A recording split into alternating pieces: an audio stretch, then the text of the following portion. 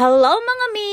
Welcome to my vlog! So for today's video guys no, ipakita na ako sa inyo ha ang sementeryo sa Barangay Pawot sa Buanga del Sur. So grabe guys, daghan kay gipanglubong na diri no. My goodness, daghan na day kay nangamatay diri. Uy, my goodness, makahadlok mga mi, daghan jud kay diri og mga lubong.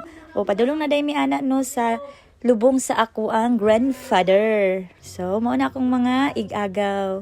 So nagsunod-sunod din taon ko nila kay umo kabalog asang dalan ani kay isud pod. Dili gud ko taga diha no. So sila gi maguna. So mo na sila guys. So mga mino dool na jud ta sa akong lubong sa ako ang lolo or popo ba ang tawag sa amoa kasi mo na among nakasanayan. So mao day ni naapoy uban dira nga mga kasangkayan naghapon ako tapad sa ako ang popo. So padulong na gyud mi no, dool-dool na gyud. Gamay-gamay na lang lakaw para maabot na gyud mi sa lubong sa ako ang pupo.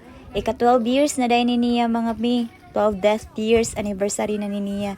So nagkahiusa mi kay inguna mong gyud mi taga January 27 magtabok gyud mi mga tibuok pamilya.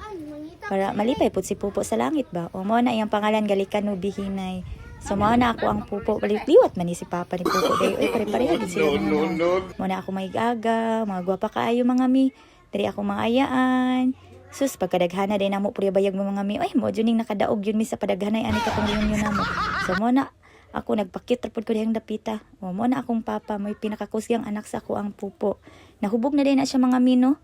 Sige na siya og balak liha. Muhilak na siya unya. O wa na pati yung balak. O ako ang pupo nga bayi, wa na nihilak na kay ako ang papa ulog-ulugan kaayo iyang tagaag mensahe iyang mama sa ihang bana, nakuyawan ka di pati nang hilak noon gimingaw nanuog taman kayo si pupo sa ihang bana. Tawag ko na akong papa mga mi oh. Kuan jud kayo, jukay jud kayo, ulug-ulugan jud iyang inahan nang tawa sige na og hilak. So mura day na mga mi na akong video for that day. Thank you for watching.